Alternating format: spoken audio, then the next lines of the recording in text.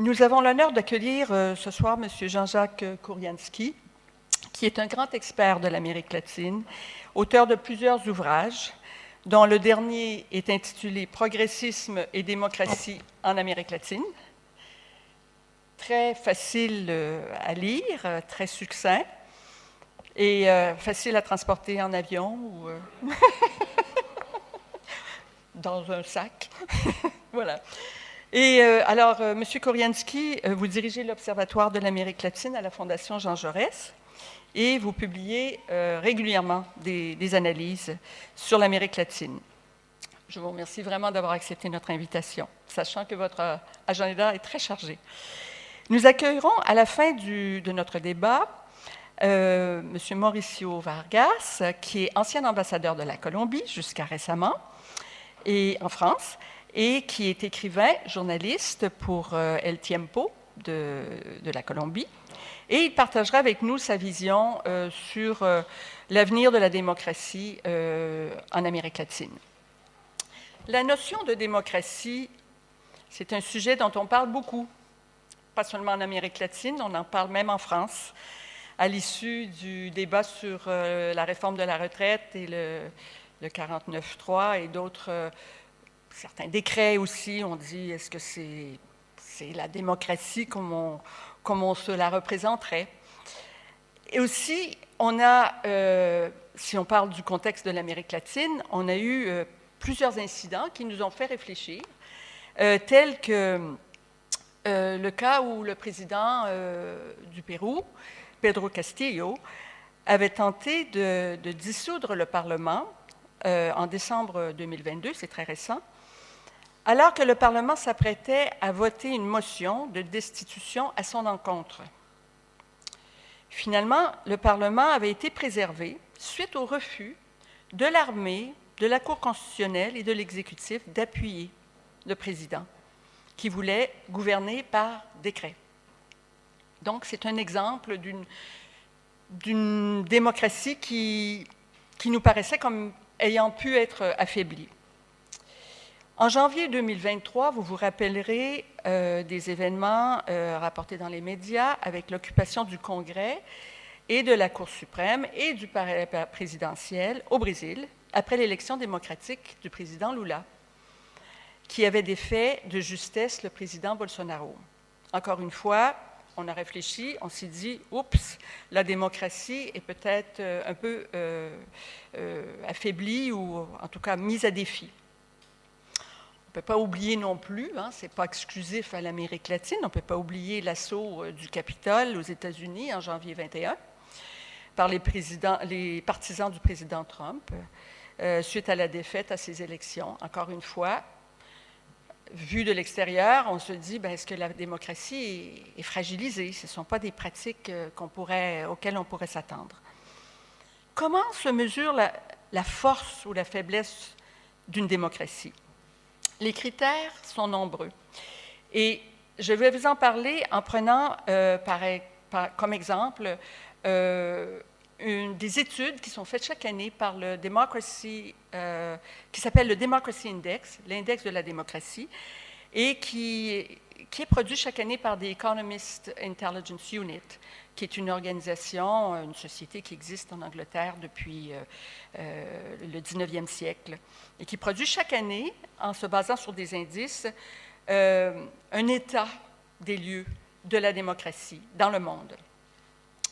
Il y a bien d'autres organisations aussi qui le font, mais disons que l'Intelligence, The Economist Intelligence Unit et le Democracy Index est le plus référencé. L'indice de la démocratie est fondé sur 60 critères et 5 catégories. Alors, on a le processus électoral et le pluralisme. C'est ce à quoi on pense le plus souvent quand on parle de démocratie. On se dit démocratie, élection, mais ce n'est pas que ça. Les libertés civiles, le fonctionnement d'un gouvernement, la participation politique et la culture politique. Alors, il y a 5 types démocraties dans cet index. Alors, on a les démocraties pleines, où les libertés civiles sont respectées, le fonctionnement du gouvernement est satisfaisant, médias indépendants, pouvoir judiciaire relativement indépendant et décisions judiciaires exécutées. Très important, les décisions judiciaires qui sont exécutées, parce que dans plusieurs pays, c'est ce qui affaiblit une démocratie, quand les décisions ne sont pas exécutées. On a démocratie imparfaite, une autre catégorie, élections libres, atteinte partielle à la liberté des médias, quelques problèmes de gouvernance, faible niveau de participation politique et une culture politique sous-développée. Par culture politique, l'Economist Intelligence Unit précise que c'est plutôt comme l'intérêt que les gens ont pour la politique et la confiance qu'ils ont dans la politique. Régime hybride. Élections avec des irrégularités importantes. Dépression du gouvernement sur l'opposition.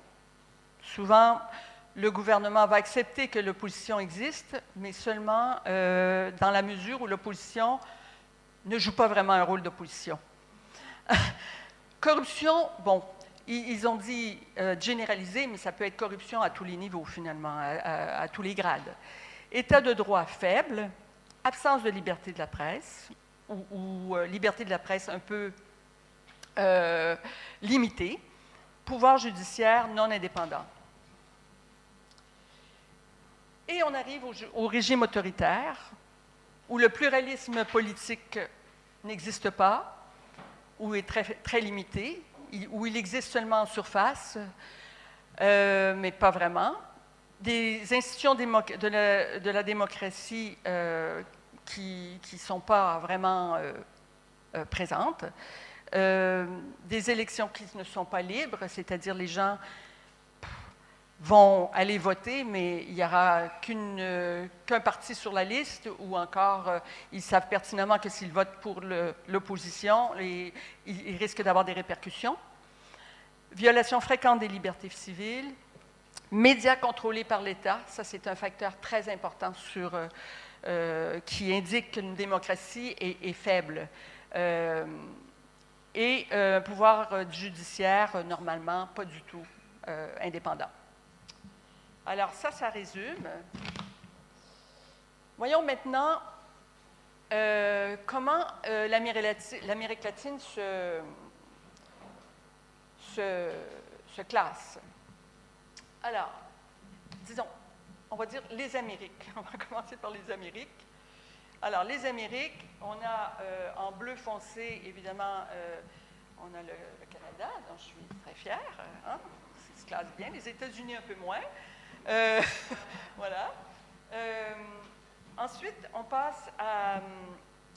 Voyez-vous, c'est par score. Hein? Alors, entre 8 et 10, c'est les démocraties pleines.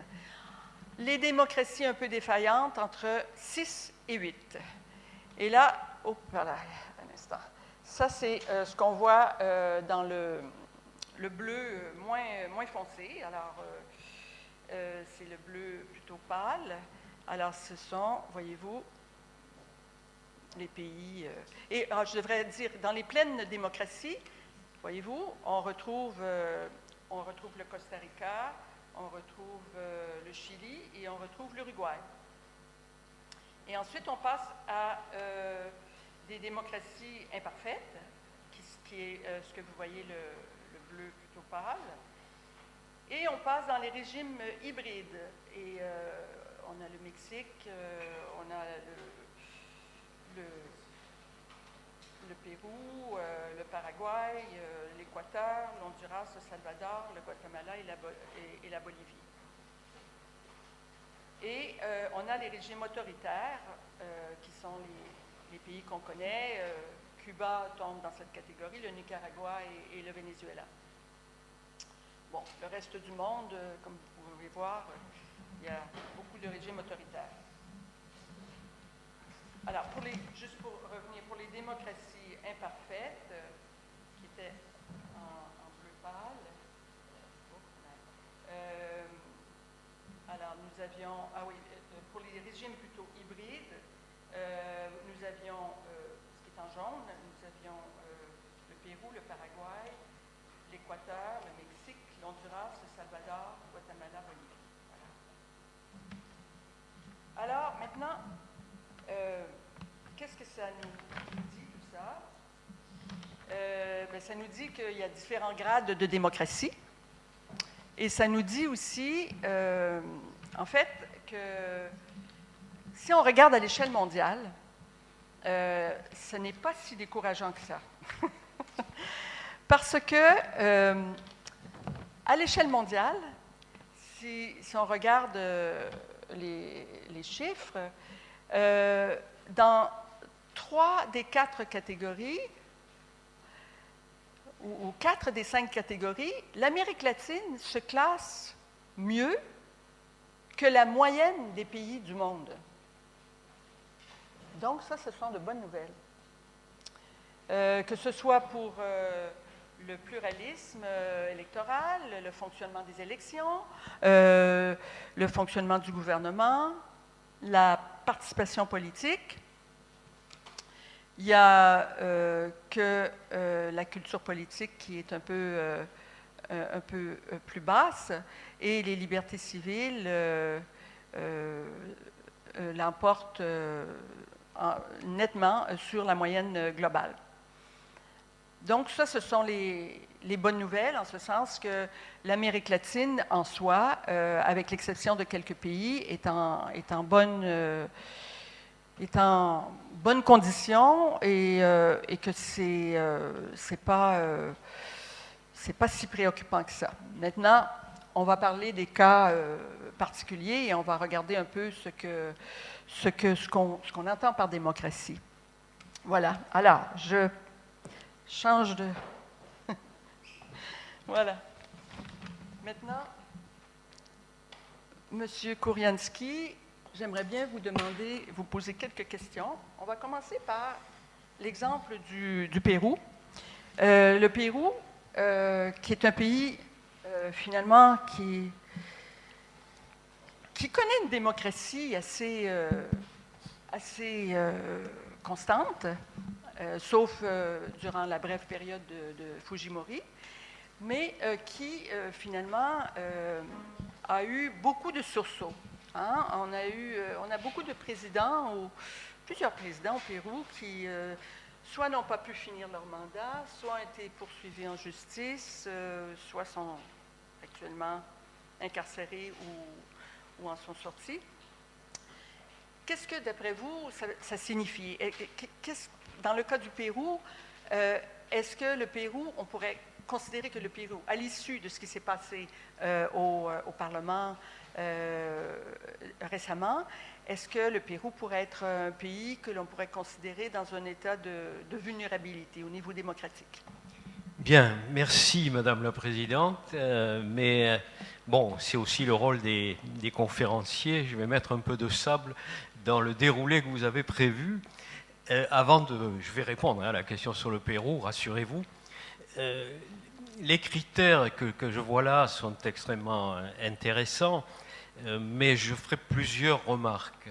La première, c'est que les cartes se redistribuent d'une année sur l'autre et tel pays qui est dans une des catégories, dans un des tiroirs qui a défini l'économiste, peut se retrouver dans un autre l'année suivante et inversement.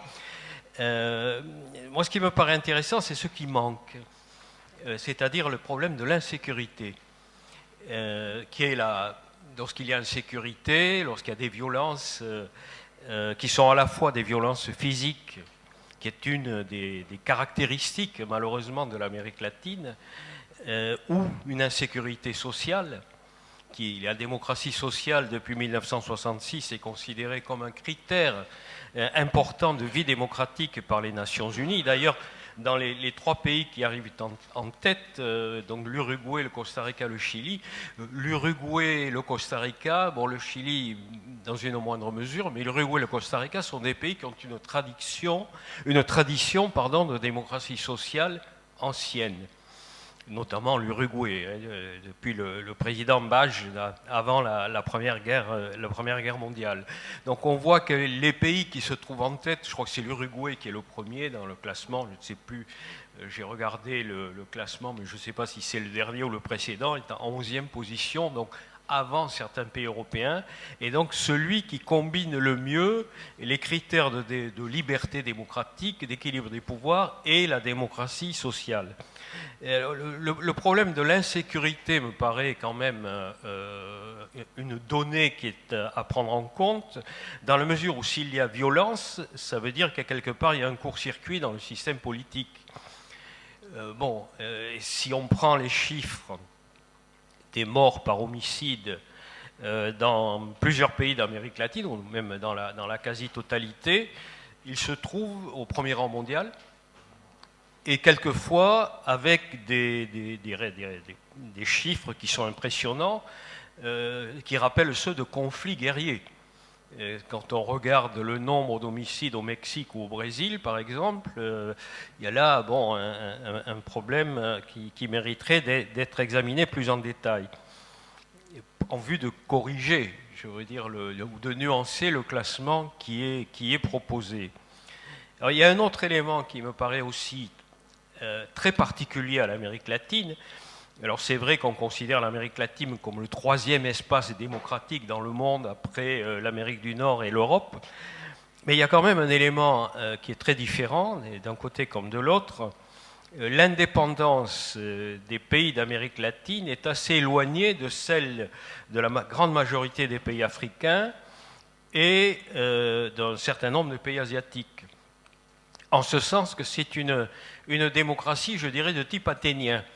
Donc on revient aux origines, mais malheureusement, par le mauvais bout de la lorgnette démocratique, la démocratie, l'indépendance, pardon, c'est joué entre élites nées en Amérique latine et élites métropolitaines, espagnoles ou portugaises. Les populations d'origine indigène, qui sont encore assez nombreuses dans certains pays d'Amérique centrale et les pays andins, n'ont pas été concernés. Et donc il y a certains droits qui ne leur ont été reconnus que très tardivement. Et les populations descendantes d'esclaves noirs, elles aussi, ont dû attendre parfois, dans le cas du Brésil, jusqu'en 1888, donc après 60 ans d'indépendance, en vue de se voir reconnaître comme des sujets de droit. Je ne dis pas comme citoyens à part complète, et donc on assiste, ça a généré une culture de la discrimination qui va, comme ainsi dire, de soi. C'est-à-dire, il va de soi que, d'ailleurs, si je regardais dans les premières mesures que souhaite prendre le nouveau gouvernement brésilien, on voudrait qu'il y ait à peu près 30% de personnes d'origine africaine essentiellement ou indienne, plus marginalement, qui soient représentées dans la haute administration publique. Sachant qu'au dernier recensement, ou dans les recensements brésiliens, il y a plus de la moitié de la population qui s'autodéfinit comme afrodescendants ou noirs. Donc ça veut dire que là, il y a vraiment un problème de fonctionnement de la vie démocratique et que donc une grille de lecture fondée sur des critères qui peuvent avoir leur intérêt en Europe ou au Canada ou aux États-Unis sont plus difficilement applicables dans les pays d'Amérique latine. Alors, ce que je vous dis là n'a rien d'original.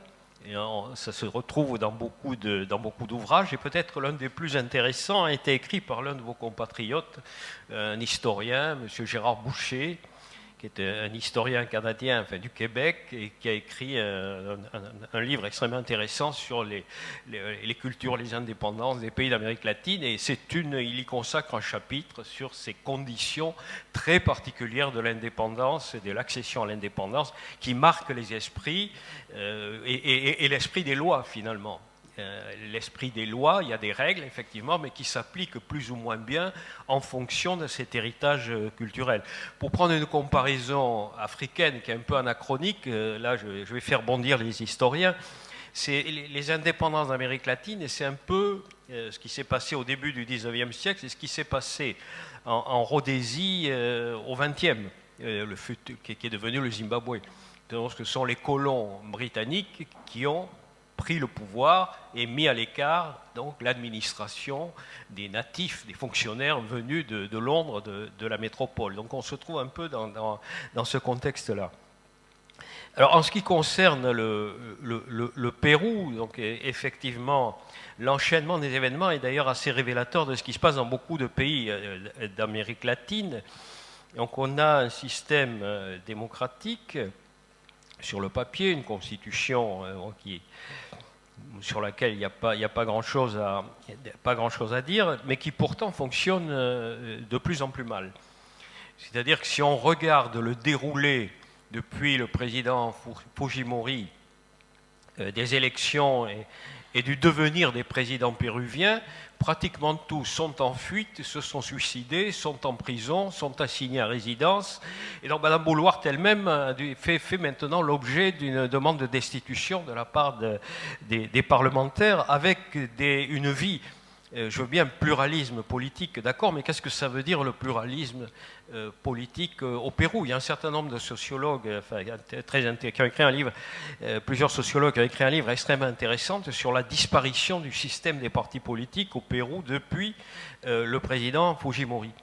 Donc il n'y a plus, donc ce sont des partis, c'est un phénomène qu'on trouve dans beaucoup de pays latino-américains, donc des personnes X ou Y qui se lancent, comme l'avait fait d'ailleurs M. Fujimori, qui avait été un candidat surprise et un vainqueur surprise, qui se jette à l'eau, il crée une structure partisane, exit ce personnage, en surgit un autre ou plusieurs autres, et le cycle se poursuit avec un jeu de massacre parlementaire. Donc effectivement, le président Castillo, qui a été élu et qui a été considéré par beaucoup comme un président de gauche, avant d'être destitué, était désavoué par une partie de la gauche péruvienne. Et donc sa vice-présidente, qui est apparemment de la même famille idéologique, est considérée par certains des amis de M. Castillo maintenant comme quelqu'un de droite, mais qui n'a pas l'appui de la droite non plus, puisqu'elle est menacée de destitution. Donc tout ça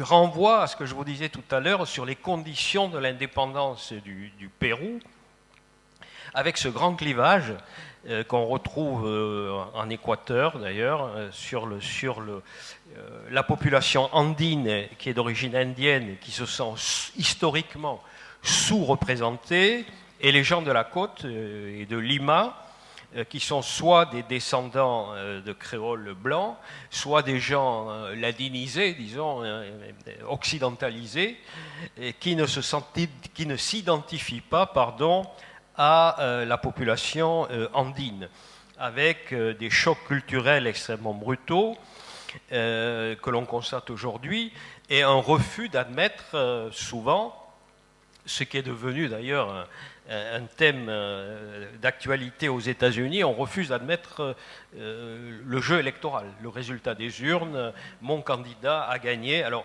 c'est vrai que là aussi il y a un phénomène qu'on retrouve dans le monde entier, qui est celui des réseaux sociaux et de l'enfermement des partisans dans leur cercle et dans l'auto-intoxication, ce qui ne permet pas d'aérer la vie démocratique, en particulier au Pérou, dont on ne voit pas très bien qu'est-ce qu'il va se passer dans les prochains mois.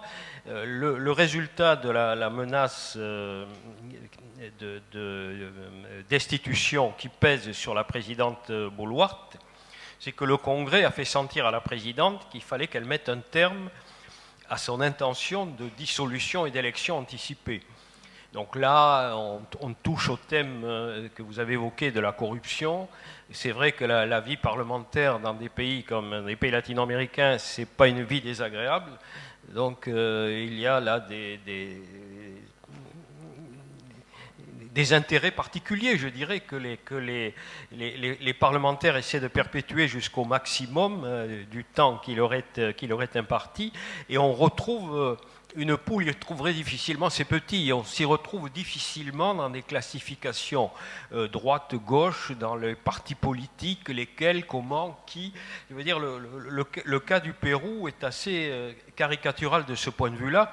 Et le plus surprenant, d'ailleurs, il y a eu, pour revenir à l'Économiste, il y a eu quelque temps un petit dossier sur le Pérou qui est apparu dans l'Économiste, où le journaliste s'étonnait de la contradiction entre la situation économique et la situation politique. Il dit la situation politique est une crise perpétuelle et catastrophique, mais à côté de ça, d'un point de vue économique, tout fonctionne bien. Comme si les grands investisseurs étrangers, en particulier dans le secteur minier, considéraient que ces affaires-là, ça concerne politique, ça concerne les Péruviens, nous on n'y met pas le nez, tant qu'ils ne modifient pas qu'ils ne nationalise pas l'économie, que l'économie suit les règles du marché, qui se débrouillent entre eux, nous on fait ce qu'on a à faire dans notre secteur, qu'eux se débrouillent dans le leur. C'est assez... Donc le journaliste de l'Économiste était, disons, surpris par cette contradiction qui est effectivement assez surprenante. Habituellement, lorsqu'il y a des crises politiques dans un pays, l'économie ne fonctionne pas bien, et là, c'est tout le contraire. Effectivement, je pense qu'au Pérou, c'est assez fascinant parce que la croissance, c'est le pays qui a connu la plus grande croissance économique pendant plusieurs années. Mais par contre, les inégalités sociales persistent et aussi, évidemment, comme vous l'avez dit, il y a tout un segment de la population qui n'est pas intégré à la vie politique, sauf, là, on a le cas du président Castillo qui est autochtone, mais ça ne semble pas avoir vraiment marché parce que l'opposition ne tolère peut-être pas la présence justement d'une force politique qui représenterait les intérêts des Autochtones. Alors, ça nous amène au Brésil qui a quand même des conditions un petit peu similaires, en ce sens qu'il y a une forte minorité, encore une fois, d'origine non européenne, les Afro-brésiliens, et qui, sous Bolsonaro, on a vu qu'il y avait une polarité, finalement, et beaucoup de discrimination. Lula essaie de remettre plus de pluralisme par son gouvernement, mais il y a des défis énormes, encore une fois.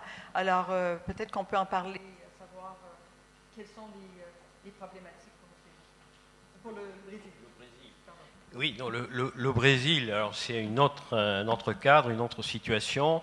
Alors simplement un petit rappel, c'est la plus grande puissance économique, démographique de l'Amérique latine. C'est un pays qui avait, il y a encore quelques années, une surface industrielle importante. Ce n'était pas simplement comme certains autres pays, comme le Pérou, des pays qui ont une économie extractiviste. Les choses ont évolué depuis une vingtaine d'années avec l'entrée en jeu de la Chine, qui a modifié l'importance du secteur primaire, secondaire et tertiaire au Brésil. Donc le primaire a repris plutôt une importance qu'il avait perdue à la fin du siècle dernier.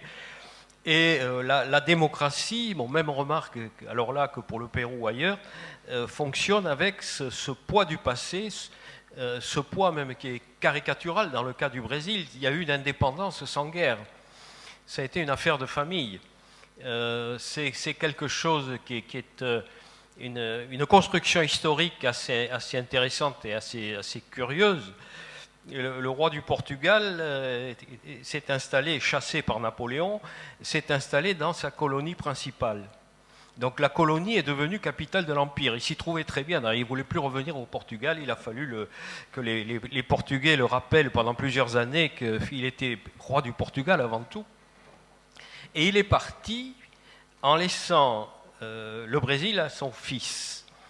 lequel, un an plus tard, s'est proclamé empereur du Brésil, avant 10 années plus tard de revenir après la mort de son père au Portugal pour abandonner l'empire portugais et prendre la couronne de roi du Portugal. Donc on est là, on n'est pas du tout dans Bolivar, San Martin, O'Higgins, Artigas. Bon, on est dans une construction de l'indépendance qui s'est passée entre amis et même en famille, avec le maintien des structures économiques et sociales, le maintien de l'esclavage, puisque le Brésil a été le dernier pays à abolir dans le monde occidental, au sens large, à abolir l'esclavage en 1888. Donc il y a eu encore, en dépit des interdictions britanniques, une traite, un trafic de traite entre notamment la côte des esclaves, l'Angola, essentiellement vers Bahia, jusqu'à la fin des années 1880. Et donc cette population est restée, même après avoir obtenu sa liberté, ostracisée et sans mémoire. On le sait peu, mais parmi les pays ayant pratiqué l'esclavage, le Brésil est celui qui a brûlé ses archives. Donc déjà, les esclaves arrivant au Brésil étaient mêlés, comme dans les Antilles françaises ou autres, ou à Cuba, donc étaient mélangés pour perdre leur identité, pour perdre leur langue. Pour ceux qui connaissent le Bénin, on dit que les esclaves, avant de monter dans les bateaux vers le Brésil, à Ouida, devaient tourner 7 fois autour d'un arbre, ce qui symbolisait qu'ils perdaient leur identité. Et donc, effectivement, c'est ceux qui se passaient pour ces Africains arrivés au Brésil. Et pendant toute l'histoire de l'indépendance du Brésil, ils n'ont pas été des citoyens à part entière.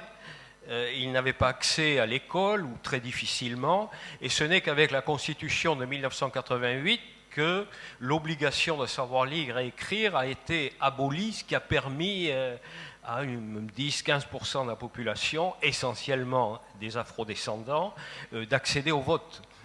Donc on se trouve, lorsqu'on voit les statistiques, etc., lorsqu'on voit même une ville brésilienne avec les ghettos de riches et les ghettos, les favelas de pauvres, c'est quelque chose qui saute aux yeux, cette double présence à l'État, à la vie politique, qui est tout à fait différente en fonction de la couleur de la peau.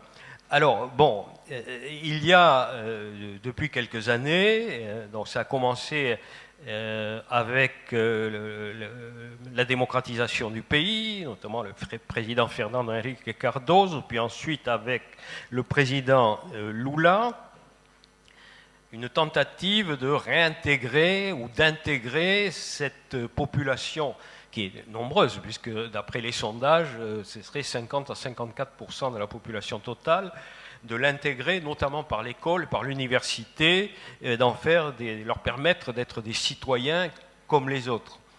Alors c'est loin d'être acquis, comme je vous le disais tout à l'heure, le gouvernement brésilien se fixe comme plafond 30%. Je m'excuse, je vais ouvrir une parenthèse, une petite anecdote pour bien situer le problème. Il y a quelques années, j'étais au ministère des Affaires étrangères brésilien, Itamaraty, pour des choses qui n'avaient rien à voir avec ce dont on parle aujourd'hui, mais la personne qui me recevait était un ambassadeur noir. Alors je lui dis, écoutez, monsieur l'ambassadeur, si vous me le permettez, j'aimerais vous poser une question personnelle. Alors, il me dit, oui, je vous en prie. Voilà, je lui ai dit, c'est la 3e fois que je viens dans cette maison, mais c'est la première fois que je rencontre un diplomate noir. Est-ce que vous pourriez m'expliquer qu'est-ce que je dois en penser? Alors il me dit, vous avez raison, je suis le seul à l'époque. Il n'y en a pas d'autres. Ah bon, mais j'ai bien expliqué moi ce mystère. Donc, il est très simple, il m'a dit, mon père était chauffeur d'ambassade. Donc, j'ai été élevé, puisque nous étions à l'étranger, j'allais à la même école que les enfants de l'ambassadeur. Il m'a dit, moi je suis très sceptique sur les quotas, etc., parce que mon différentiel, c'était un différentiel finalement d'entourage familial. Donc j'ai bénéficié des mêmes à côté, en formation, en culture, que les enfants de l'ambassadeur. Mon père était le chauffeur. Alors, voilà, je vous dirais, voilà ce qu'est le Brésil. Alors si vous ajoutez une dimension irrationnelle supplémentaire, qui est la forte pénétration des églises pentecôtistes. Alors les églises pentecôtistes, bon, c'est parti des États-Unis. Je crois qu'il y a une émission sur une chaîne de télévision sur la 5, je crois, ou sur la chaîne parlementaire mardi, mercredi, demain soir. Et ce sont des religions qui enferment les individus dans alors ça a été accentué par les réseaux sociaux, dans la réussite individuelle et le dialogue direct avec Dieu, ce qui implique que si vous êtes en situation d'échec, vous n'avez pas à chercher des responsables, le responsable, c'est vous. Et le pasteur en est la démonstration. Il est en droit de vous demander de l'argent, puisqu'il sert un Dieu qui, à la différence du Dieu des catholiques, des calvinistes ou d'autres confessions historiques protestantes, plus il est riche, plus il est un symbole de réussite. Là aussi, je fais une autre parenthèse. Je me trouvais un jour dans une famille très pauvre au Brésil. L'un des enfants était détenu pour trafic de stupéfiants et le pasteur est passé. Il avait visité l'enfant en prison et la famille lui a dit, il y a un Européen qui est là, il y a un Français. Alors il vient vers moi, il me dit, vous êtes Français? Oui. Il me dit, je vais en Suisse. Bon, moi je ne suis vraiment pas du tout spécialiste de questions religieuses. Je me demandais très bien de quoi j'allais lui parler. Puis j'ai eu une lueur, mais il va à Genève, c'est sans doute à cause de Calvin. Alors je lui ai dit, monsieur le pasteur, vous allez sur les traces de Calvin. Et il m'a répondu devant la famille qui était là, très pauvre, non, j'y vais pour m'acheter une Rolex. Oui, que je suis comme vous, bon, je n'ai pas osé rire, mais je suis resté assez pantois devant cette réponse, mais qui est très révélatrice de ce rapport du religieux qu'a instrumentalisé Jair Bolsonaro en 2018. Si certains d'entre vous l'ont vu à la télévision, il avait la Constitution d'une main et la Bible de l'autre. Et j'ai eu la curiosité de regarder son programme à l'époque, qui était placé sous le signe de Saint Jean, avec une présentation de la politique sur un mode religieux. Un peu comme les fondamentalistes islamistes, il y avait un discours qui était de type fondamentaliste pentecôtiste, avec une diabolisation au sens littéral du terme, une satanisation de l'adversaire, qui représente le mal. Et donc, beaucoup d'électeurs, notamment dans les milieux populaires, sont dans ce contexte intellectuel et religieux, intellectuel si on veut, mais enfin essentiellement religieux, qui a des incidences sur la politique. Ce n'est pas un hasard d'ailleurs que Bolsonaro soit originaire de Rio de Janeiro. C'est le premier État brésilien à avoir basculé, où les courants protestants dépassent aujourd'hui les courants catholiques, et donc ils représentent 30% de la population. Alors on trouve ce genre de courant en Colombie, au Guatemala, enfin, au Pérou, où il y a eu des candidats, etc. Mais c'est surtout, même au Mexique maintenant, mais c'est surtout au Brésil que c'est extrêmement présent. Donc la situation brésilienne est telle qu'elle est, avec un président Lula élu par 50,9% des électeurs, qui se trouve face à une opposition de ce type-là, C'est extrêmement préoccupant. Il y a d'autre part un autre élément à prendre en compte, c'est celui de l'institution militaire, qui prend en Amérique latine, d'ailleurs, depuis quelque temps, une place importante, pas simplement au Brésil, mais aussi au Mexique, au Venezuela, et dans d'autres pays d'Amérique latine. Et donc, cette institution qui a des moyens armés de faire valoir ses intérêts, a occupé au Brésil une place qu'elle entend préserver. Et donc, parmi les premières mesures qu'a prises le président Lula, il y a eu celle de destituer un certain nombre de militaires, mais à peine destitué, le remplaçant s'aperçoit qu'il a fait des déclarations contestables en matière de démocratie, de ce que doit être la place des forces armées en démocratie.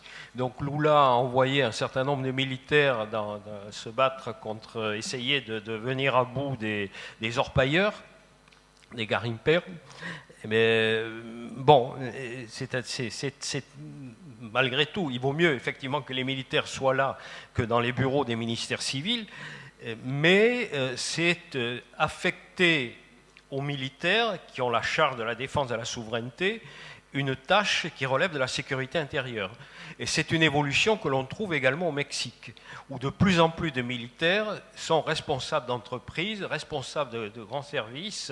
Le train Maya, par exemple, qui a beaucoup, on en a parlé, je crois, ici, il y a quelque temps, qui intéresse des entreprises françaises, et sous direction et autorité de généraux et de militaires. Donc c'est un élément important. Alors, pour terminer, je dirais qu'en ce qui concerne l'incidence de la violence dans la vie sociale brésilienne, elle est très importante. Selon des statistiques officielles au Brésil, il y aurait environ, ces dernières années, 6 000 personnes tuées par la police d'une façon ou d'une autre. Et sur ces 6 000 personnes, 75 à 80% sont des jeunes noirs. Donc c'est 6 à 7 fois plus qu'aux États-Unis, avec un écho évidemment qui est moindre, dans la mesure où le rôle dans la société internationale, le rôle du Brésil n'est pas celui des États-Unis. Donc je suis assez dubitatif sur ce qui peut se passer au Brésil. Alors c'est vrai qu'à la différence du Pérou, il y a au moins un grand parti politique, le parti du président Lula, le Parti des travailleurs, mais qui a une place relativement réduite au Parlement. Le PT et ses alliés, ça représente au moins de 150 députés sur 513. La gouvernabilité s'en ressent. C'est un phénomène que l'on retrouve dans beaucoup de pays latino-américains. D'ailleurs, vous avez un président d'une couleur politique et un parlement ingouvernable. Un parlement qui a 36 couleurs différentes, ce qui est à l'origine de beaucoup de conflits, de beaucoup de problèmes. Alors, si on ajoute à cela l'âge du président Lula, qui vient d'être hospitalisé, je crois, je dis que la situation brésilienne est une situation qui est moins stable et moins porteuse de stabilité pour le futur que ce que l'on pourrait penser, d'autant plus qu'avec le retour de l'ancien président Bolsonaro dans son pays, il ne va pas faire de l'aquarelle ou planter des choux dans son jardin. Il va certainement agir, parler, mobiliser ses partisans pour créer des formes de désordre, dans la mesure où beaucoup de ses partisans considèrent que Lula n'a pas gagné l'élection.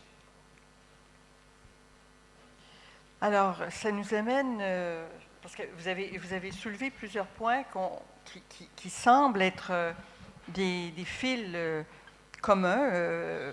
On a parlé de la participation au pouvoir des minorités, on a parlé de l'insécurité, on a parlé du pouvoir exercé par les militaires, qui des fois peut amener à des pulsions autocratiques, la corruption, peut-être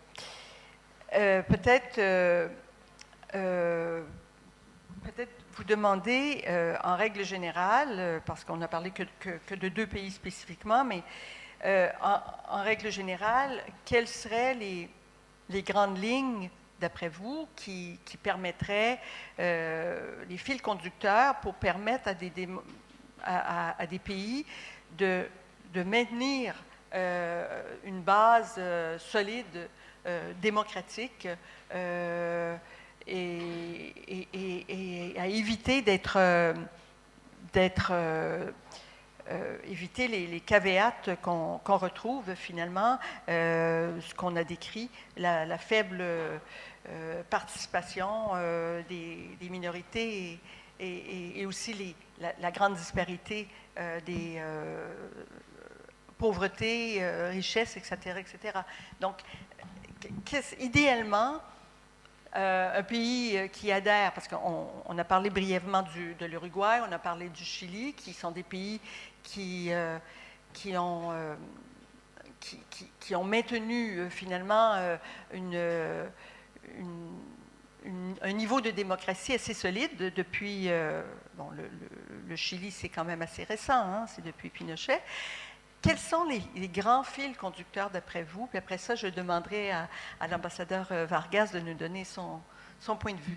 Ouais, si on regarde l'Uruguay, il y a un système de partis. Il y a un système de partis qui est représentatif.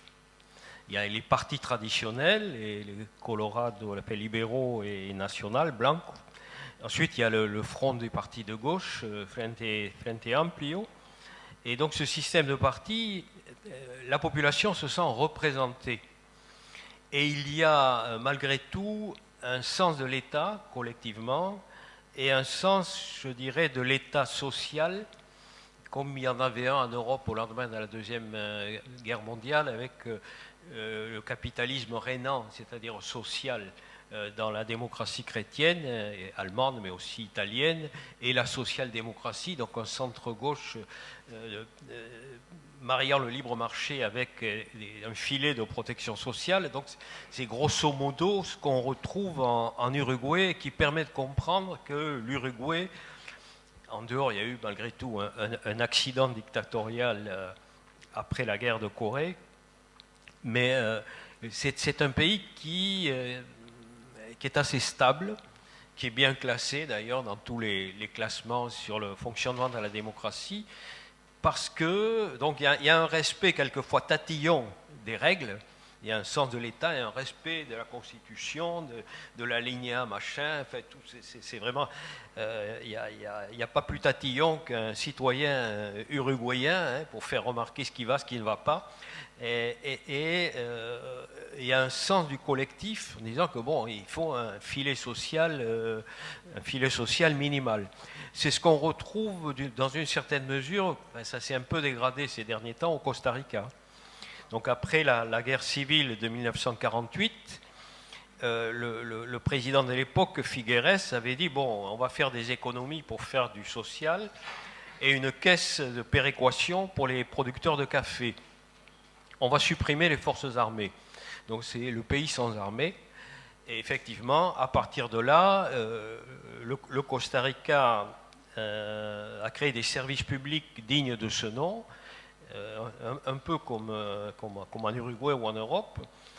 Et surtout, le pays étant un gros producteur de café, avec des producteurs, pas des gros producteurs, mais 7, 8, 10, 15 hectares, donc avec une caisse de péréquation. Bon, les années fastes, il y a un prix fixe, c'est l'argent va dans la caisse, et les années où les cours s'écroulent, la caisse permet de compenser les producteurs. Donc ça donnait une stabilité assez remarquable au pays, avec donc un PLN qui était un parti, disons, social-démocrate jusqu'à ces quelques années, et un parti démocrate chrétien, PSUC, avec des gens là aussi très attachés à leur parti politique, mettant le drapeau de leur parti politique devant la porte de leur maison le jour des élections, donc affichant donc, leur identité politique dans un respect des règles du jeu. Donc je dirais il y a un sens de l'État. Alors c'est toujours très facile de le dire de l'extérieur, mais un sens de l'État qui permet le cas du Costa Rica est intéressant, donc de relativiser le poids des forces armées.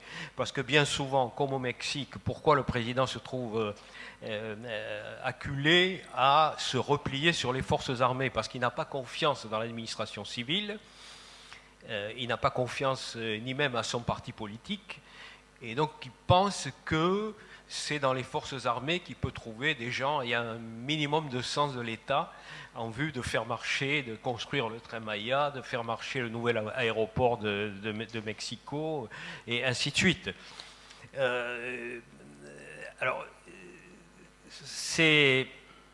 l'aspect sécurité est également important, parce qu'il ne peut pas y avoir de vie démocratique sans sécurité élémentaire. Donc c'est souvent une revendication que l'on retrouve dans la plupart des pays d'Amérique latine, hein, pouvoir sortir. Moi, je vois souvent des amis latino-américains qui viennent en France ou à Paris. Ce qu'ils apprécient, la première chose, c'est qu'ils peuvent sortir dans la rue, enfin, sans problème. Et donc là, pour le Chili, par exemple, parce que le Chili se classe aussi dans la catégorie des alors, démocraties le Chili a quand fortes. même passé par un moment très, très douloureux, dramatique, le coup d'État militaire du général Pinochet, qui a été un coup d'État sur les libertés publiques, mais également sur le social. Donc tout a été privatisé, et tous les mouvements sociaux de ces dernières années, depuis 2011, portent essentiellement là-dessus. La jeunesse s'est mobilisée parce qu'elle est indignée par le coût des études supérieures, puisque, y compris dans ce qu'on appelle l'enseignement public, les coûts sont les mêmes que dans les universités privées. Donc on peut arriver entre 7 et 10 000 dollars par an, ce qui dans un pays comme le Chili suppose que les étudiants s'endettent pour 20 ans, ou que leurs familles s'endettent, ou que des familles fassent le choix de qui, dans les 2 ou 3 enfants, va pouvoir suivre des études supérieures, ce qui est exclu pour les autres. Donc c'est ce sentiment d'injustice qui a conduit, qui n'a pas été vraiment touché par la concertation de partis politiques qui a succédé au général Pinochet. Donc il fallait asseoir la démocratie à l'époque, donc il fallait faire des concessions aux partis héritiers, UDI essentiellement, Rénovation nationale, aux partis héritiers sociologiquement de la dictature, et donc la concertation n'a pas osé toucher, sinon à la marge, par exemple en matière d'enseignement supérieur, d'accorder plus de bourses, mais on ne touchait pas au système.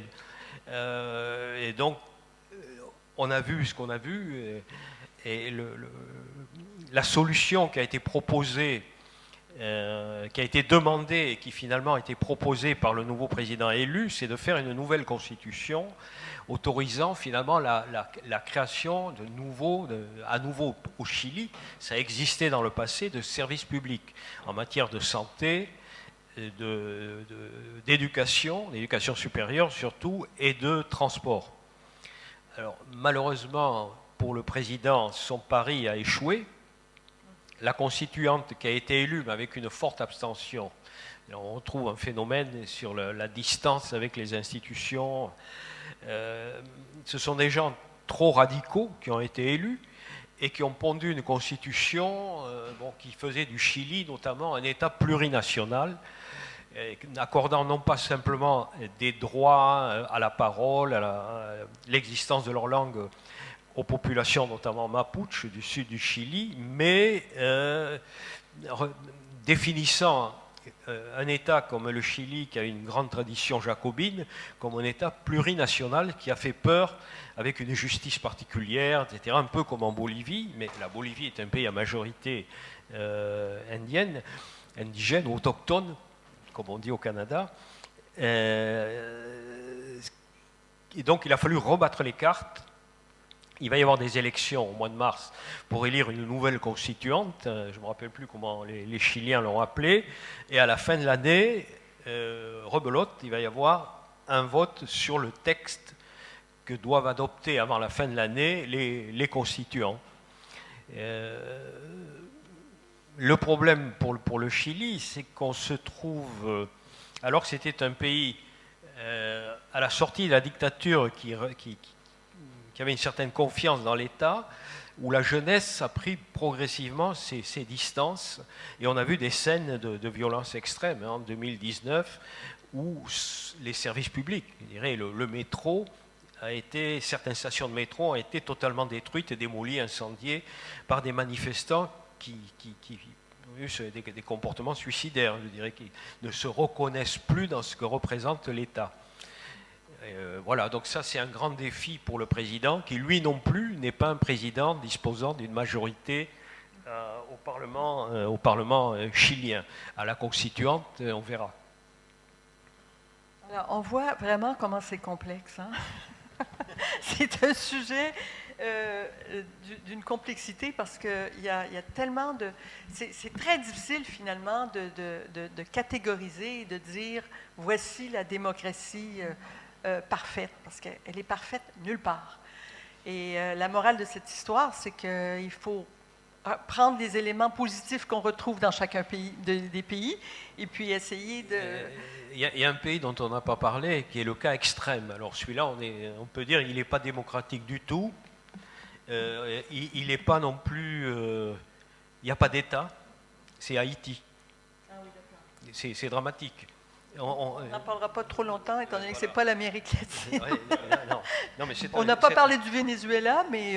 non, mais Haïti, c'est dramatique parce qu'il n'y a plus d'État. Il n'y a plus d'État, c'est vrai. Il n'y a plus d'État. Donc depuis longtemps, depuis longtemps. Voilà, enfin, j'ai un ami qui est professeur d'histoire, enfin, qui est président de la Société des professeurs d'histoire de Haïti, qui a été enlevé dans sa maison, dans un quartier considéré comme privilégié, sécurisé de Port-au-Prince. Il y a un gang, comme on les appelle en Haïti, qui est rentré chez lui, il a été enlevé, donc il va passer au mois de mai, j'espère pouvoir avoir les détails et savoir s'il a été contraint de payer une rançon, ou, enfin ce que j'imagine, les conditions dans lesquelles il a pu être libéré, qui n'ont pas été publiées dans la presse. C'est ce qu'on appelle un failed state, mais là on ne peut même pas dire state, on va dire failed. C'est vraiment triste. Alors, je vais demander à l'ambassadeur Vargas de se joindre à nous. On va ajouter une chaise.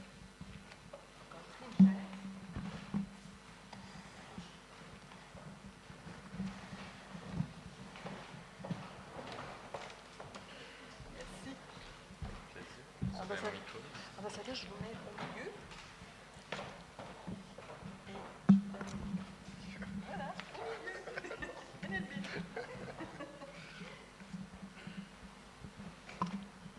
Bon, je salue. Voilà, ça va. La présidente, merci beaucoup. Merci aussi notre invité. Je dis notre parce que parfois je ressens que j'appartiens à cette maison. Et merci à vous tous. J'avais pris quelques notes pour avoir d'une certaine manière pour pouvoir contribuer à cette réflexion. Et il y a une idée qui me poursuit depuis longtemps. Pour que la démocratie en Amérique latine arrive à s'installer d'une manière durable et solide, c'est absolument nécessaire l'existence d'une gauche démocratique moderne, organisée d'une manière de partis politiques de gauche organisés d'une manière moderne, une gauche non attachée à la gauche des années 60 et 70, la dictature du prolétariat, le modèle de Cuba, etc. Sinon, un vrai socialisme du siècle XXI. C'est une expression qui a été utilisée par Chavez, mais ce n'était pas vraiment le socialisme du XXIe siècle, mais c'était une marche en arrière. C'était le passé. Et la question que je vais poser, la réflexion, je vais me concentrer sur 3 leaders de gauche qui ont gagné les élections l'année dernière ou cette année, ou l'avant-dernière année. C'est le cas du Chili avec Boric, c'est le cas de Petro en Colombie, mon pays, et c'est le cas de Lula qui revient, mais ce n'est pas le même Lula, ce n'est pas le même Brésil, c'est beaucoup plus compliqué en ce moment. Mais ce sont, je crois, 3 leaders qui pourraient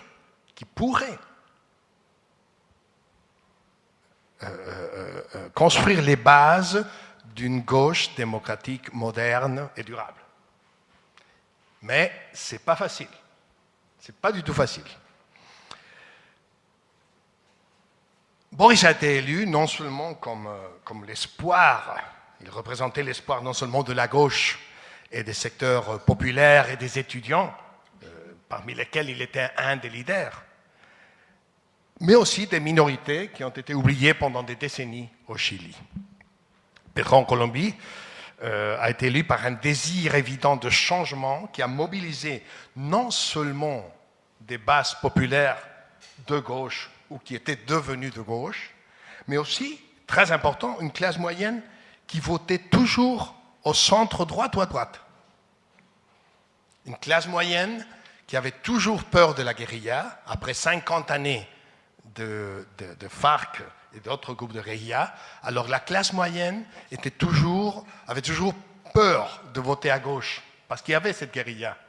C'est pour ça que les FARC a été l'ennemi le plus terrible de la gauche démocratique en Colombie, parce que c'est à cause de FARC que la gauche n'a jamais gagné les élections en Colombie, sauf l'année dernière.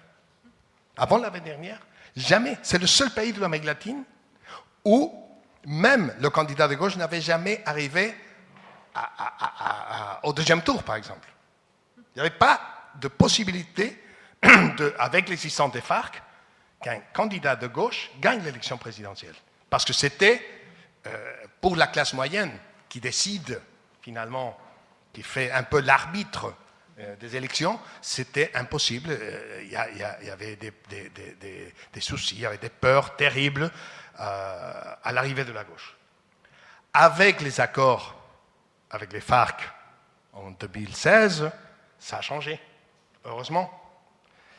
Alors Petro a gagné parce qu'il a mobilisé cette classe moyenne qui votait centre-droite, qui a élu Uribe, qui a élu Santos, qui a élu Duque, qui avait élu Pastrana, qui avait élu Samper, Gaviria, etc. Et que cette fois-ci a voté à gauche, pour la première fois. Parce qu'il y avait un désir de changement. Il y avait un espèce de ras-le-bol, il y avait eu des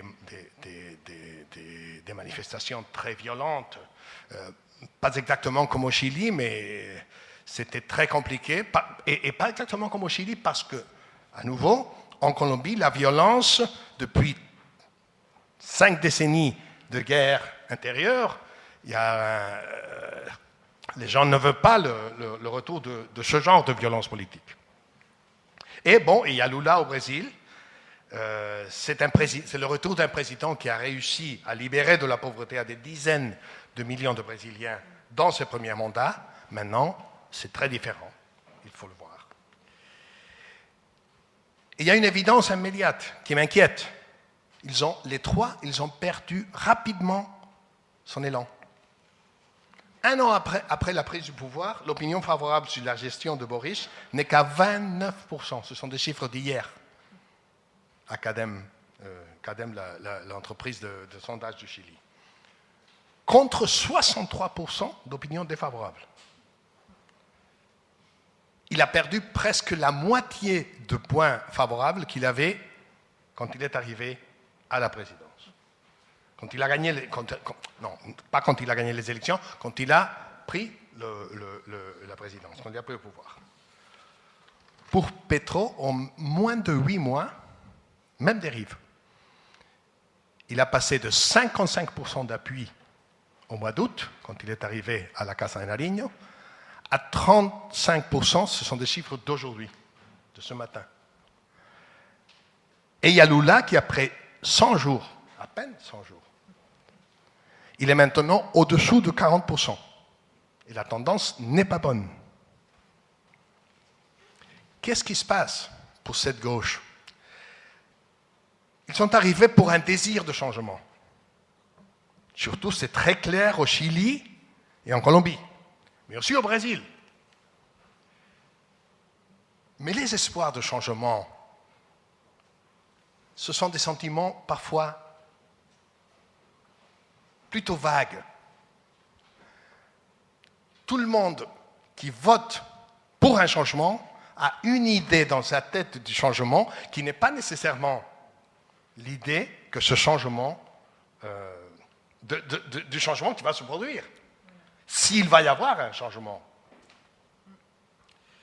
Alors, ils ont été élus par ce désir de changement, mais c'est beaucoup plus évident ce que les électeurs ne veulent plus, et c'est beaucoup moins évident ce qu'ils veulent à la place. C'est ça le problème. Il y a un désir de changement, je ne veux plus ce que je suis en train de voir, c'est le cas des jeunes au Chili, je ne veux plus, mais qu'est-ce qu'on va mettre à la place? Je ne veux plus la constitution de Pinochet, mais qu'est-ce qu'on va mettre à la place? Surtout pas la constitution qui a été approuvée l'année dernière par cette somme de groupes de gauche et de minorités qui ne représentaient pas. Et je m'inquiète sur cette élection parce qu'en plus, qu'est-ce qui se passe? Le moment du changement constitutionnel est passé. Et maintenant, la nouvelle constitution, le désir et le besoin de changer de constitution, qui était un des premiers problèmes pour les Chiliens il y a quelques mois, maintenant est le problème numéro 8 des inquiétudes et préoccupations des Chiliens. Le 8. Alors, je ne sais pas ce qui va se passer, mais peut-être les électeurs il peut se passer même que ce nouveau Conseil constitutionnel soit dominé par la droite, par exemple. Pourquoi pas? On ne sait pas. On ne sait pas ce qui va se passer. Alors, ces présidents ont été élus pour introduire des changements politiques et surtout sociaux. Une réforme sociale profonde. Et ils se retrouvent avec des montées de l'insécurité, des chiffres de l'insécurité terribles. Au Chili, qui était un des pays de l'Amérique latine qu'on pouvait exceptuer des taux d'homicide type Brésil, Mexique, même Colombie, qui a beaucoup amélioré la Colombie, beaucoup, après la fin de la guerre et après la fin des paramilitaires il y a quelques années aussi. Ça allait mieux. La mauvaise nouvelle, c'est que depuis le mois de décembre, on accumule 3 mois d'augmentation des homicides. Le président Petro, avec une très bonne volonté, mais je crois qu'il se trompe politiquement, qu'il n'a pas compris le problème, a essayé de lancer une politique de passe totale avec ce qui reste de la guérilla, mais aussi avec les bandes des narcos. Qu'est-ce que ça peut faire pour les narcos de leur offrir un traitement judiciaire plutôt bénévole et qu'ils pourront garder le 6% de leur fortune? Mais qu'est-ce que ça peut faire? C'est un business énorme. Énorme, ils ne vont pas abandonner. Et en même temps, le gouvernement, d'une certaine manière, a déclaré un cessez-le-feu. Alors, il n'y a pas de répression, il n'y a pas d'attaque contre ce groupe. Et alors, les conséquences, c'est une augmentation de la violence. Alors, les motifs pour lesquels Boric et Petro ont été élus, au Chili, changer la constitution et changer ce régime un peu trop privé, d'économie un peu trop privée pour au moins un système mixte. Et dans le cas de Petro, contre la corruption des vieux partis politiques, etc., pour un changement de ces mauvaises coutumes politiques. Maintenant, qu'est-ce que les Colombiens et les Chiliens demandent? De la sécurité. Et voilà que c'est un grand problème pour la droite, pour la gauche, parce que ce n'est pas un terrain. Construire sécurité, lutter contre l'insécurité, ce n'est pas un terrain où la gauche soit spécialement performante. Ce n'est pas par la lutte contre l'insécurité que la gauche est connue dans le monde. Et évidemment pas en Amérique latine. Alors, il y a en plus, et vous l'avez évoqué il y a quelques minutes, ni au Brésil, ni au Chili, ni en Colombie, le président a une majorité solide au Parlement. Au Chili, en Colombie et d'une certaine manière au Brésil aussi, il y a des majorités construites pour certains projets de loi. Petro, en Colombie, il a cru qu'il avait construit une grande majorité, mais il entendait cette majorité comme une majorité pour appuyer son projet, et les leaders des partis de centre qui faisaient cette majorité, parce que la gauche n'a pas de majorité au Parlement, comprenaient cette majorité comme une coalition. Ce n'était pas pour appuyer le programme de Petro, c'était pour pacter, pour faire des accords sur les projets. Et il n'y a pas d'accord sur certains projets. Il n'y a pas d'accord en ce moment. Et les réformes... Et en plus, il y a certains ministres du gouvernement Petro qui viennent de la gauche radicale, qui ne veulent pas faire des accords, qui n'arrivent pas à négocier. Et il y a cette impasse qui se produit en ce moment. Et pour Boris, c'est la même chose. Boris n'a pas pu... Petro a finalement réussi à faire passer une loi fiscale qui est en plus une très bonne loi fiscale, je crois. Je ne sais pas si très bonne, mais une loi fiscale nécessaire, avec des impôts qui étaient nécessaires. Et c'est très intéressant que la gauche en Amérique latine, que le premier gouvernement de gauche, que le premier président de gauche en Colombie ait fixé sa priorité sur l'équilibre fiscal. C'est très intéressant. C'est très intéressant parce que ce n'était pas le discours de la vieille gauche. Alors c'était une bonne manière de commencer. Mais maintenant ça change parce qu'il y a d'autres réformes qui ne sont pas aussi... que ce n'est pas possible de consensuer avec les partis de centre. Alors, nous avons ce problème de l'insécurité. La classe moyenne qui votait centre-droite et qui se préoccupe à nouveau par ce gouvernement de gauche, le cas de la Colombie, d'une certaine manière aussi par ce qui s'est passé au Chili avec la constituante et les problèmes que Boris a au Parlement. Et maintenant, je crois que Lula aussi va avoir beaucoup de problèmes. Lula, dans ses 2 premiers mandats, c'était l'époque du boom des commodities. Et en plus, qu'est-ce qu'a fait Lula? Il a en profité évidemment du prix du pétrole, du gaz, mais aussi il a encouragé un développement agro-industriel très ambitieux qui a donné de très bons résultats avec des inquiétudes environnementales énormes. Et maintenant, il ne peut pas faire le même pari, parce que maintenant, le discours environnemental international, ce n'est pas la même chose qu'il y a 20 ans. Alors, qu'est-ce qui m'inquiète? Ces 3 gouvernements de gauche démocratiques en Amérique latine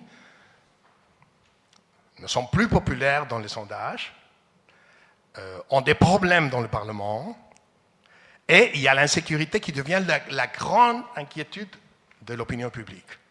Alors, qu'est-ce qu'ils vont faire? Et si ces gouvernements ne réussissent pas, ou n'arrivent pas à faire un certain nombre de tâches des réformes, alors, qu'est-ce qui va se passer? On va revenir au Brésil à Bolsonaro? Au Brésil de Bolsonaro?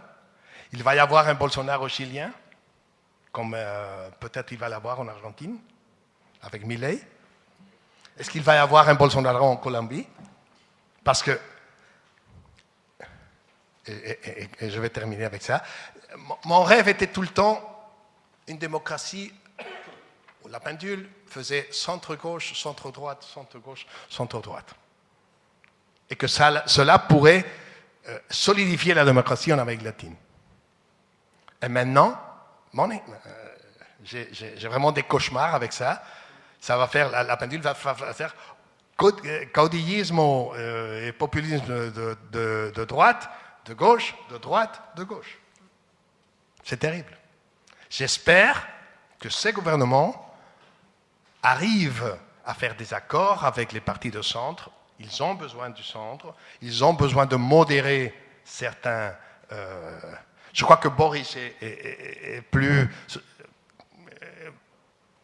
peut réussir mieux que Petro. Petro a une tendance de caudilliste très forte. Et pour Lula, on ne sait pas ce qui va se passer. Parce qu'en plus, il n'est pas jeune. Il est plus jeune. Merci. C'est très instructif, mais ça complexifie encore plus la sécurité qu'on peut avoir vis-à-vis l'avenir de la démocratie en Amérique latine. Alors maintenant, on va peut-être passer aux questions, parce que sûrement on a des participants qui s'interrogent et puis qui aimeraient peut-être en savoir plus et ou nous présenter des... voilà. Si vous pouvez vous nommer aussi et indiquer votre organisation pour nous aider. Donc bonjour à tous et je remercie chaque intervenant pour votre participation. Donc je suis actuellement étudiant à l'Université Paris-Dauphine au magistère BFA en finance et je serais intéressé pour poser une question à monsieur l'ambassadeur, ou du moins ancien ambassadeur. Donc est-ce que vous considérez, enfin déjà comment décririez-vous la crise migratoire qui s'est passée en Colombie avec l'afflux de Vénézuéliens pendant la crise vénézuélienne, et est-ce que vous pensez que ça a eu un rôle sur justement le changement politique et le passage à une gauche qui peut-être abordait de façon différente les enjeux migratoires? Je vous remercie. Je crois qu'une des grandes réussites de la Colombie dans les dernières années a été la manière comme le gouvernement Duque, et je veux le dire, j'étais l'ambassadeur du gouvernement Duque, mais je peux le dire aussi comme journaliste, parce que je suis journaliste, ça s'est très, très bien passé.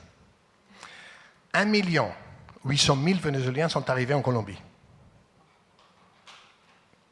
L'immense majorité avec rien dans les poches.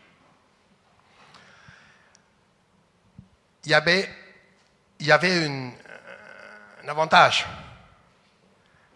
La plupart, ou peut-être la moitié de ces Vénézuéliens étaient des petits-fils ou des arrière-petits-fils de Colombiens qui avaient émigré au Venezuela dans les années 70, même 80. À l'époque du boom pétrolier du Venezuela, à cette époque, c'était le Venezuela qui était le pays qui allait le mieux. Alors, beaucoup de ces Vénézuéliens ont rencontré ces familles. Il y a des petits villages près de ma ville de Barranquilla. Il y a un village qui s'appelle Manatí. Il y avait, je ne sais pas, la moitié, dans les années 70 et 80, la moitié de la population est partie au Venezuela. Et maintenant, ils sont revenus. Mais pas les mêmes, évidemment. Les petits-fils, les arrière-petits-fils, etc. Mais ils ont rencontré sa famille. Ils ont rencontré une famille. Ils ont trouvé une famille.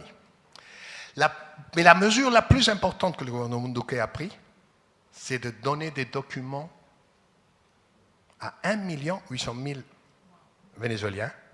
Ça s'est fait, il faut le dire aussi, avec l'appui de la France, de l'Agence française du développement qui a été présente, du gouvernement français, aussi avec l'aide du gouvernement américain, des Britanniques aussi. Mais la France a joué un rôle très important. Et ces papiers, qu'est-ce que ça a permis? Ça leur permettait, non pas voter, mais ils pouvaient travailler d'une manière légale. Et ça a évité l'exploitation de cette main-d'œuvre qui est apparue en Colombie. Et il faut le dire aussi, dans les années après l'arrivée de Chavez au pouvoir, il y a eu des milliers d'entrepreneurs vénézuéliens qui sont venus en Colombie et qui ont installé des business en Colombie. Parmi les gens qui ont été exclus de PDVSA, les techniciens, les ingénieurs les plus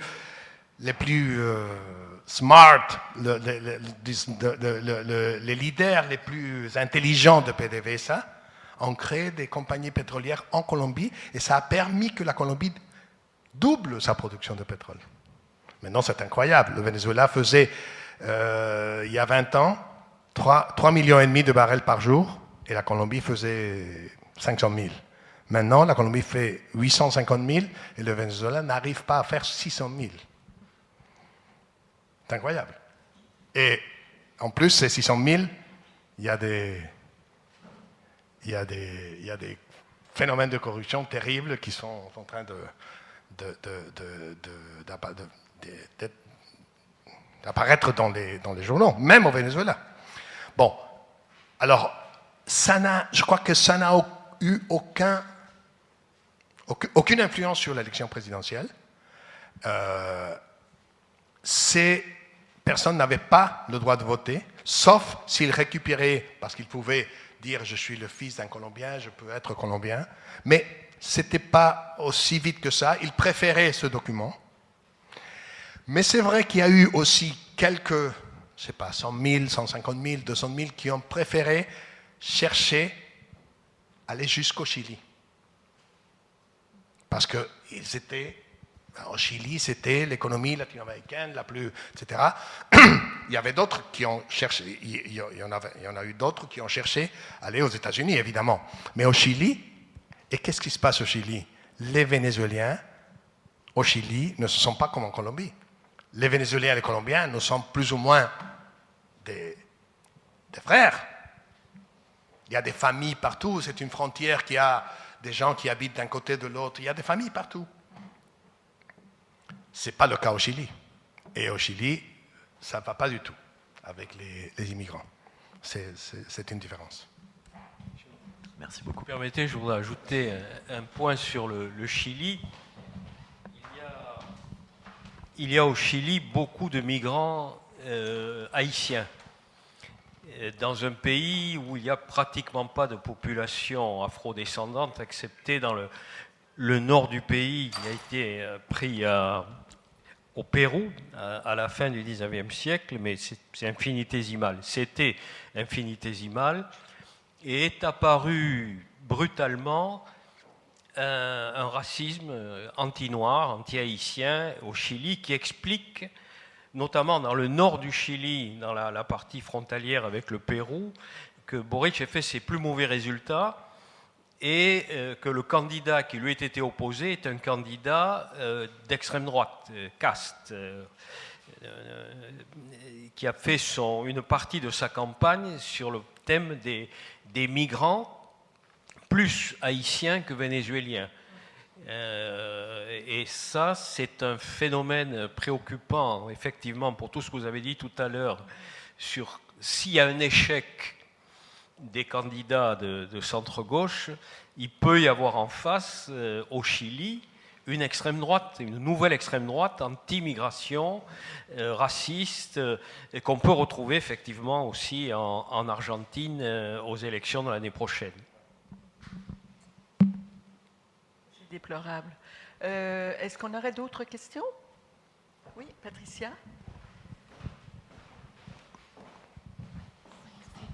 Oui, bonsoir. Patricia Cuva-Sichler, avocate franco-péruvienne. Merci beaucoup pour vos interventions. Elles sont très intéressantes et riches. J'avais une question, Monsieur Kurlianski, sur votre avis sur un pays qu'on n'a pas cité, mais c'est le Salvador. Et les mesures que le président Bukele a pris au prend, enfin j'ai appris ça au Pérou, parce que récemment j'étais au Pérou. En France, on n'entend pas trop parler, mais j'étais impressionnée de voir qu'au nom de la lutte contre la délinquance, il a pris des mesures extrêmement drastiques, des prisonniers, soi-disant délinquants, mais pas encore jugés, enchaînés, etc. Et on m'a parlé des sondages. Il semblerait, je n'ai pas constaté, mais il semblerait qu'en plus, il y a une très grande acceptation de la population par rapport à ces mesures-là qui sont limite des garanties. Enfin, est-ce qu'on peut tous permettre au nom de la sécurité? Je ne sais pas si on peut tous permettre, mais effectivement, j'ai vu ce sondage, plus de 80% de la population soutient le président Bukele, parce que effectivement, le Salvador, qui est un pays qui a connu une guerre civile particulièrement sanglante, dramatique, a sombré avec, on retrouve le problème des migrants, avec l'expulsion des fils de migrants salvadoriens, notamment en Californie. Ils ont reconstitué des réseaux, les maras, qui ont fait régner la terreur dans pas mal de quartiers de la capitale du Salvador et au-delà. Et donc le président Bukele a été élu sur cette base-là. Moi, je vais en finir avec ça. Et effectivement, les méthodes qu'il utilise sont assez expéditives. Pour prendre le dernier exemple, il a convoqué la presse à l'inauguration d'une méga prison pouvant accueillir 40 000 détenus. Et il s'est félicité du fait que les détenus sont à 100 par cellule, avec c'est pas des lits, enfin des couches sans matelas, et sans possibilité pour eux, durant la durée de leur peine, d'avoir accès à l'air libre, d'avoir une fois par jour pouvoir se promener dans une cour. Et les images qu'on a montrées sont assez terrifiantes. On dirait Futuropolis de Fritz Lang. Là, on voit des gens torse nu, la tête baissée, avancés au milieu d'une file de gardiens de prison ou de policiers. Et le président, son vice-président et les autorités pénitentiaires du pays montrant que voilà, le problème est réglé. Alors, le problème est réglé avec un taux de personnes emprisonnées qui est le plus élevé du monde, plus de 1500 pour 100 000 habitants. Mais en sens inverse, effectivement, le taux des homicides a brutalement chuté. Alors, ce qui fait, c'est pour ça qu'on tombe sur la relativité des classements qui sont... Le Salvador aurait dû figurer en rouge. Enfin, je veux dire, il n'y a plus de liberté publique. Il y a même eu, il y a 2 ans, un cas assez extraordinaire. Le président voulait faire voter un projet de loi sur un crédit bancaire, je ne me rappelle plus. Le Parlement ne voulait pas. Donc, il a fait irruption dans le Parlement avec une marche militaire, donc en musique, et des militaires ou des policiers, je ne me rappelle plus exactement, qui l'ont accompagné et qui ont littéralement braqué leurs mitraillettes sur les parlementaires et qui ont bien voté. Donc le Parlement a voté, mais enfin dans des conditions qui sont quand même très, très contestables, à défaut d'être contestées par les Salvadoriens. Et là, on est effectivement au bout du paradoxe, avec l'insécurité qui a pris une telle place que les électeurs sont en demande, avant de la démocratie, sont en demande de protection. Donc, parce qu'ils ne pouvaient plus sortir dans la rue, etc. Alors tout ça s'accompagne également de dénonciations de la part d'associations des droits de l'homme sur les conditions d'arrestation, les conditions d'accès à une défense. Donc le détenu, je ne me rappelle plus, c'est un nombre de jours sans assistance, l'assistance d'un avocat, mais c'est presque un mois, je ne me rappelle plus. Enfin, donc c'est un état d'urgence prolongé de mois en mois depuis l'année dernière, depuis plus d'1 an. Donc chaque mois, le Parlement, qui vote dans les conditions que l'on sait, mais c'est vrai qu'il a gagné les élections aussi législatives, hein, donc vote systématiquement la suspension des libertés. Donc on est dans une situation un peu particulière, il n'y a pas eu coup d'État à proprement parler. Il y a suspension des libertés, mais acceptée par les députés, votée par les députés et acceptée par la population. Alors, quel sera le futur de la démocratie salvadorienne dans un contexte comme je suis là? Je pose ma langue au chat, je ne sais pas. Je veux seulement ajouter, je viens de voir ce matin un sondage dans une dizaine de pays de l'Amérique latine, parmi lesquels la Colombie. Et Bukele fait dans ces 10 pays différents au Salvador 77% d'opinion favorable. Évidemment, qu'est-ce qui se passe? Pour une mère de famille de classe moyenne ou populaire colombienne, son fils a été tué pour prendre le portable, voler le portable. Il a été tué dans la rue. Elle regarde les images du Salvador et elle dit, c'est exactement ce que je veux ici. Mais parce qu'elle ne réfléchit pas sur la question garantie, est-ce que celui-là est vraiment un voleur ou un tueur? On ne sait jamais. Ce sont des jeunes, on ne sait jamais. Et le président Petro se bat tous les jours par Twitter contre Bukele. Pour moi, c'est une erreur terrible. Parce qu'évidemment, c'est Bukele qui gagne avec ces images. Tandis qu'en Colombie, le taux d'homicide, pour la première fois depuis 2016, même pas 2016, pour la première fois depuis 2007, est en train d'augmenter pour la première fois. Alors, le risque Bukele, c'est le risque de l'Amérique latine. Ce n'est pas seulement un problème au Salvador, c'est le problème de l'Amérique latine. C'est aussi grave que ça. Bon, merci. Est-ce qu'on aurait, on a peut-être pour une dernière, le temps pour une dernière question? Est-ce que quelqu'un... Non, ça va? Bon, alors écoutez, c'est sûr qu'il y a beaucoup de défis, hein, comme on le constate, mais l'essentiel, je pense que c'est d'aider les pays qui ont des démocraties et qui sont parvenus à les conserver, à ne pas prendre la dérive vers l'autoritarisme au nom de la lutte contre l'insécurité, parce que c'est le danger qui se présente. Et on sait pertinemment qu'il y a des pays qui ont un mépris pour la démocratie. On le voit dans le contexte de la guerre en Ukraine. Et ces pays-là sont présents en Amérique latine. Et ces pays-là n'ont pas aucune préoccupation pour les dérives et les pertes de démocratie. Alors, c'est important. Je pense que les pays européens, incluant la France, soient présents pour continuer à engager les pays latino-américains à construire des démocraties. Elles ne seront jamais parfaites, mais c'est leur meilleur atout. C'est leur meilleur atout pour attirer les investissements étrangers et aussi être récipiendaire de toute forme de coopération et avoir une croissance qui n'est pas fondée sur la corruption et les abus de pouvoir. J'ajoute une petite chose.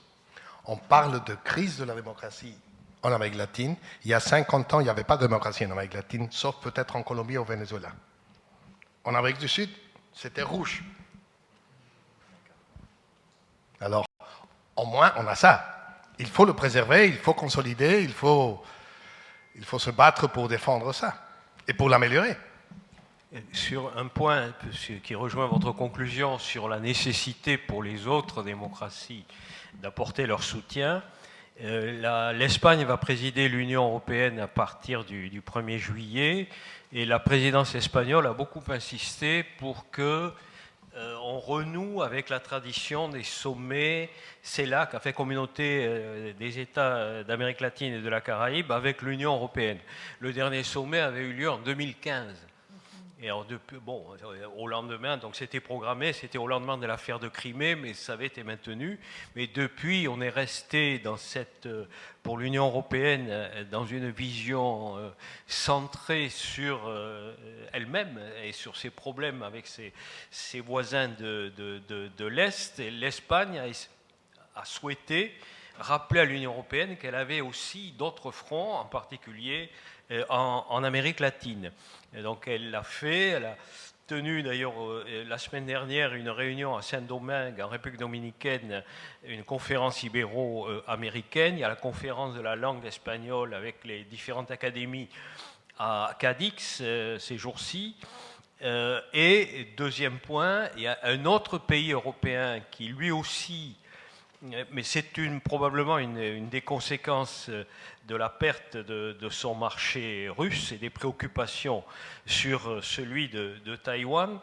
L'Allemagne est de plus en plus présente en Amérique latine et considère qu'il y a là un espace démocratique à renforcer parce que ça peut être aussi un espace d'investissement pour ces entreprises.